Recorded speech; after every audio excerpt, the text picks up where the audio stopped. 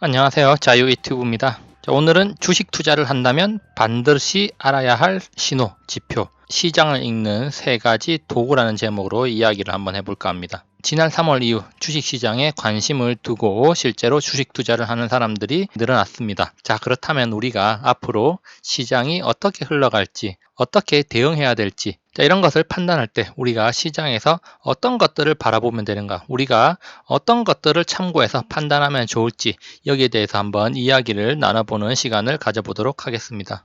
투자자가 확인해야 할 세 가지 도구라는 제목 한번 붙여봤습니다. 자, 시장을 읽는 데는 다양한 방법들이 있습니다. 과거에도 제가 주식 매수 매도 판단을 하는데 도움이 될 만한 여러 가지 영상을 올린 바 있습니다. 그런 것처럼 시장을 읽고 판단을 내리는 다양한 방법이 있는데요. 오늘은 우리가 시장의 방향을 어떻게 가늠하면 좋을지에 대해서 한번 이야기를 해볼 건데요. 시장의 움직임을 어떻게 예상하고 어떻게 대응하면 좋을지, 여기에 대해서 한번 이야기를 해보는 겁니다. 물론 이런 방법에는 여러 가지가 있겠지만 여기서는 간단히 세 가지만 이야기해 보겠습니다. 자, 이 세 가지가 결코 어려운 일이 아니기 때문에 제가 이렇게 소개를 한다는 거 명심하면서 투자 판단에 많은 도움이 되었으면 좋겠습니다. 자, 그래서 그 세 가지 도구가 뭐냐? 바로 달러 인덱스를 확인하는 것, 그리고 신문을 보는 것, 인간 지표를 활용을 하는 겁니다. 자, 여기 부제로 환율, 신문을 어떻게 해석하면 될까? 그리고 대중과 반대로 가라, 이렇게 붙여놨는데요. 그렇다면 우리가 조금 더 자세하게 여기에 대해서 한번 이야기를 나눠보도록 하겠습니다.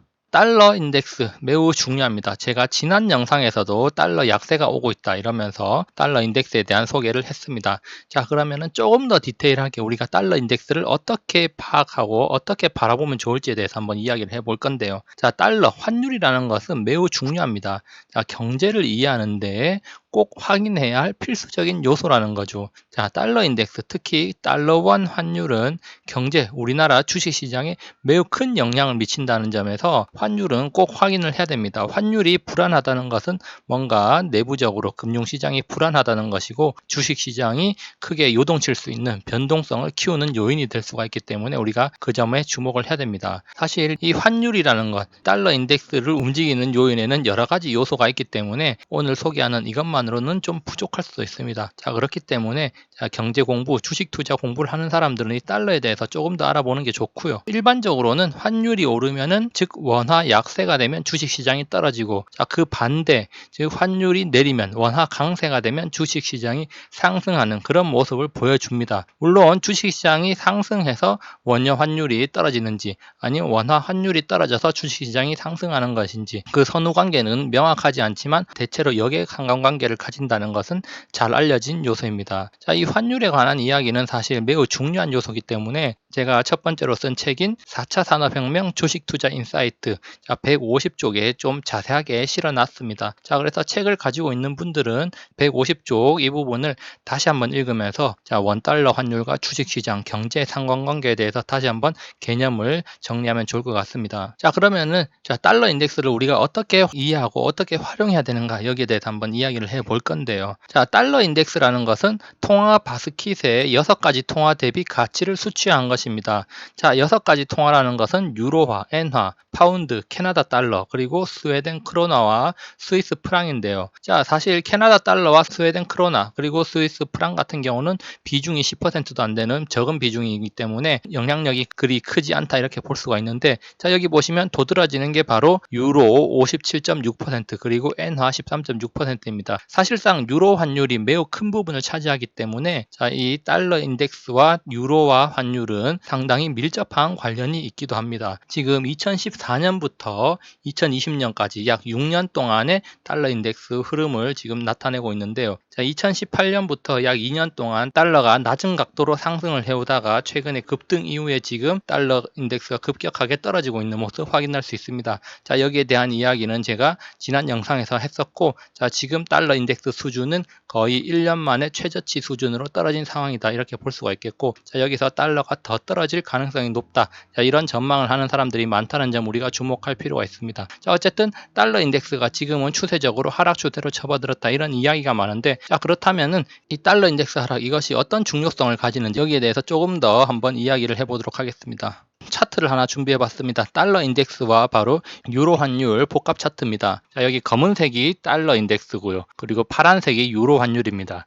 자, 그런데 지난 영상에서도 이야기했듯이 자, 여기 보면은 자, 달러 인덱스가 올라갈 때 유로 환율 떨어지고 달러 인덱스 떨어질 때 유로 환율 올라가고 자, 이렇게 흐르는 모습. 그리고 2018년 이후에는 거의 뭐 비슷하게 이렇게 흘러가는 모습 보이고 있고 지금도 자, 유로 올라오고 달러가 떨어지고 이런 모습 보이고 있습니다. 거의 데칼코마니 수준으로 움직이고 있다는 거 확인할 수가 있는데요. 자, 그렇다면은 달러 인덱스가 떨어지면은 유로가 올라가고 달러 인덱스가 올라가면 유로가 떨어진다. 이렇게 우리가 볼 수가 있겠습니다. 상당히 밀접한 상관관계가 있는데 자, 이것은 또 유럽 경제와도 연관이 있는 대목인데요. 자, 그렇지만 거기에 대한 설명까지 하기에는 시간이 부족하므로 일단은 환율의 흐름이 이렇게 움직이는구나 이 정도 파악하고 넘어가면 될 것 같습니다. 자, 좀 전에 달러 인덱스와 유로 환율 한번 살펴봤는데요. 그러면은 어떤 사람들은 유로하고 달러 인덱스가 우리 원화하고 무슨 상관이 있느냐? 아무 상관도 없는 거 아니냐? 이렇게 또 질문하는 사람들도 있습니다. 그런 사람들을 위해서 제가 또 하나 준비해 봤습니다. 자, 밑에 유로 환율 파란색이고요. 원화 환율 보라색입니다. 자, 여기 보시면은 100% 일치는 아니지만 지금 유로 환율하고 원화 환율이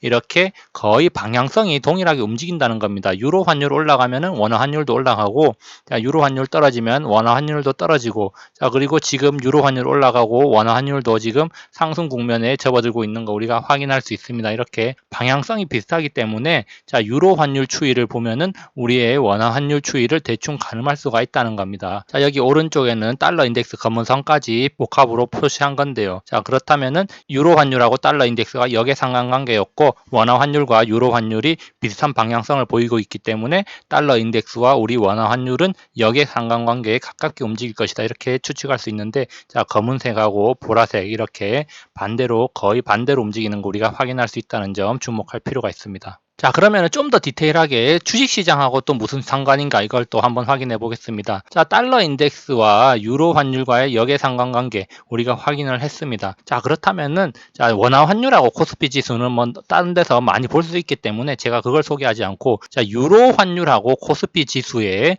복합 차트 한번 준비해 봤습니다. 자, 여기 아까 전에 확인했듯이 파란색이 유로 환율이고요. 그리고 빨간색이 코스피입니다. 자, 그런데 유로 환율이 움직이는 방향성하고 지금 코스피의 움직임 방향성이 거의 유사한 거 확인할 수 있습니다. 자, 그러면서 코스피가 변동성이 조금 더 큰 모습, 다시 말해서 아래 위로 좀 더 크게 움직이는 모습 확인할 수가 있는데 자, 어쨌거나 지금 방향성은 상당히 비슷하고 유로 환율이 올라가는 것과 함께 지금 코스피 지수도 가파르게 올라가고 있는 모습 확인할 수 있다는 겁니다. 자, 그렇기 때문에 결국에는 달러 인덱스하고 유로 환율을 우리가 근본적으로 살펴봤기 때문에 달러 인덱스가 떨어지면은 유로 환율이 올라가고 우리 코스피 그다음에 원화 환율도 방향성이 비슷하게 움직인다는 거 우리가 확인할 수 있는 대목입니다. 자, 그렇기 때문에 우리가 달러 인덱스를 주목해야 된다. 자, 이 말이죠.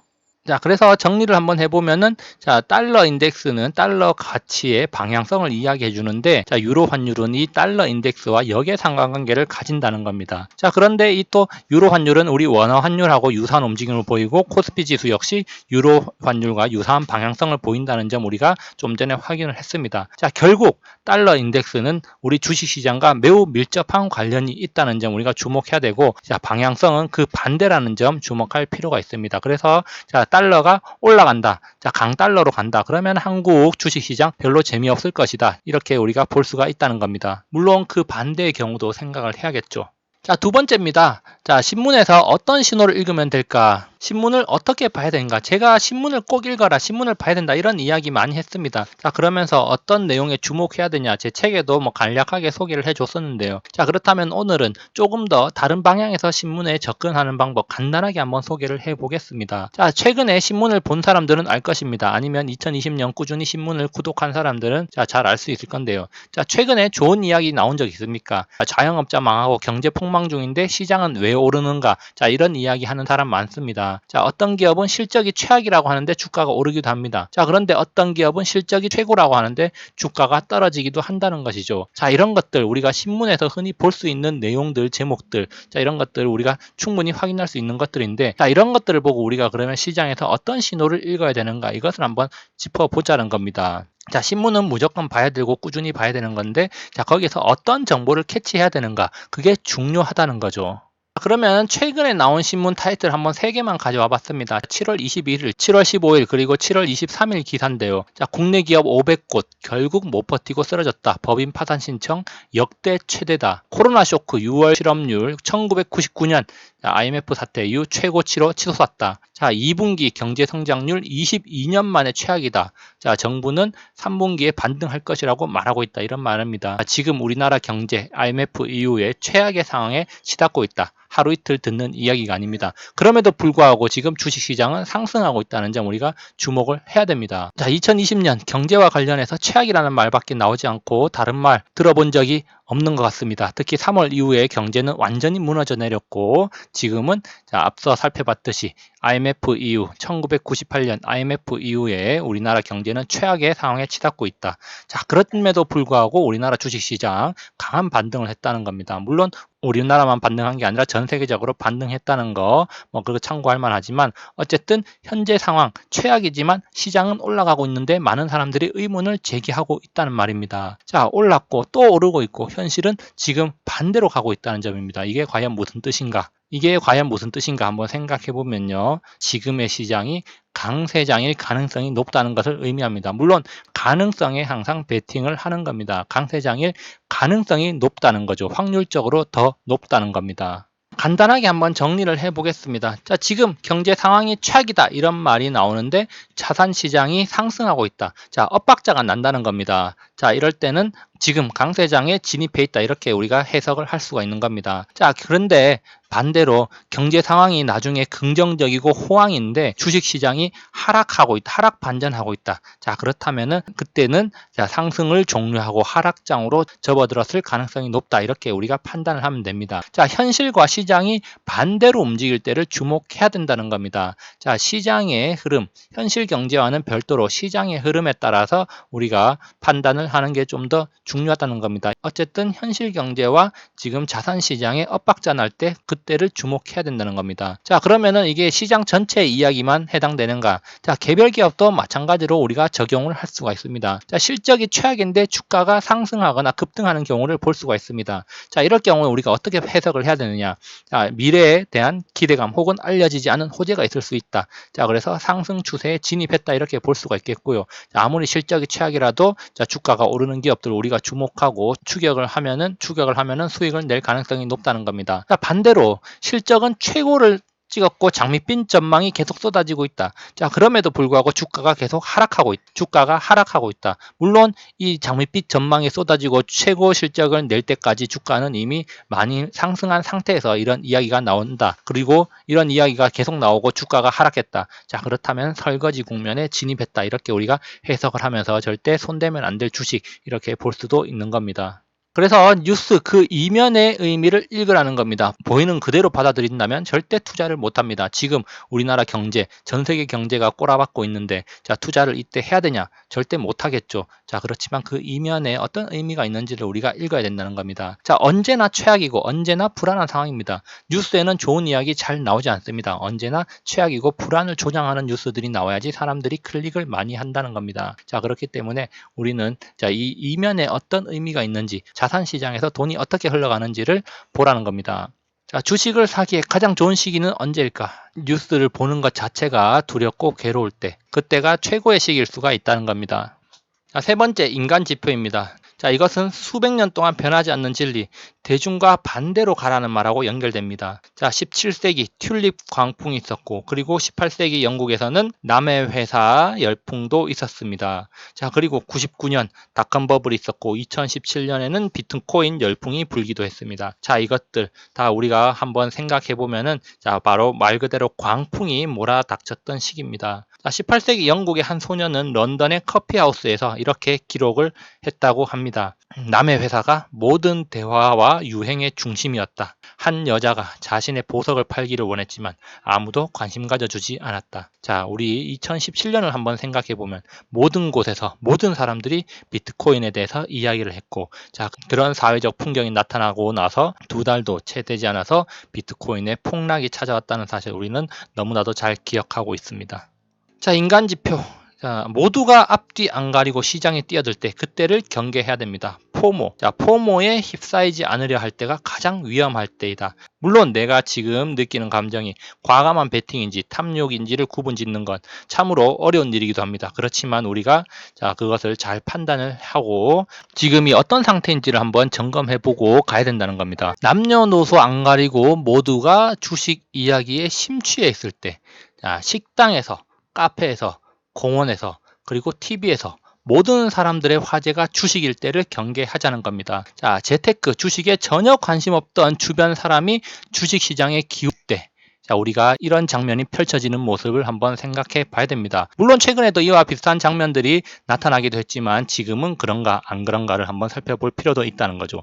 자, 누군가는 지금 아니냐라고 말하는 사람도 있을 수도 있습니다. 항상 댓글을 보면은 이런 식으로 이야기를 하는 사람들도 있는데, 아이러니하게도 이렇게 이야기하는 사람들, 인버스, 곧버스에 베팅해야겠다고 말하는 사람들이 남아있는 한 주식시장은 꼭지가 아니라는 겁니다. 자, 주변을 둘러보십시오. 지금 내 주변에 주식 이야기를 하는 사람이 몇 명이나 되는지를 살펴보면 됩니다. 제 주변에는 아직 3명도 채 되지 않습니다. 결론입니다.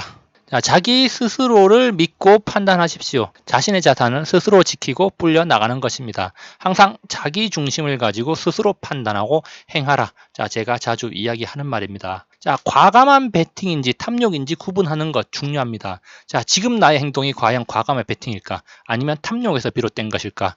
자, 스스로 행하고 부단히 노력하는 자는 그것을 잘 알 것입니다. 탐욕이라면 불안할 것이고, 믿음이 있다면 과감한 베팅 후에도 불안함이 없을 것입니다. 자, 태도의 차이가 수익률의 차이를 만드는 것이겠죠. 자, 시장에서 감정이 없는 것은 오직 숫자와 지표뿐이라는 점을 명심하십시오. 자, 시장에서 진실을 말해주는 것은 오직 숫자와 지표입니다.